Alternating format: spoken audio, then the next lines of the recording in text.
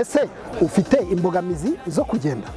Ufite imbogamizi mu kubona? Ese ahari waba ufite imbogamizi z'uruhu?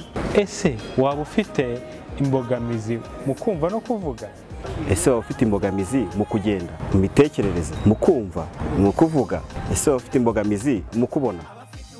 Ubu leta y'u Rwanda irimo gukora ikusanyamakuru ku bantu bafite izo mbogamizi zishobora kuvamo ubumuga. Niba utaragerwaho n'abakusanyamakuru, egera ubuyobozi bw'akagari. Wowe kandi uzi umuryango urimo abantu bafite izi mbogamizi, wiceceka, bibutse, bamenyeshe cyangwa se ubwire ubuyobozi bukwegereye.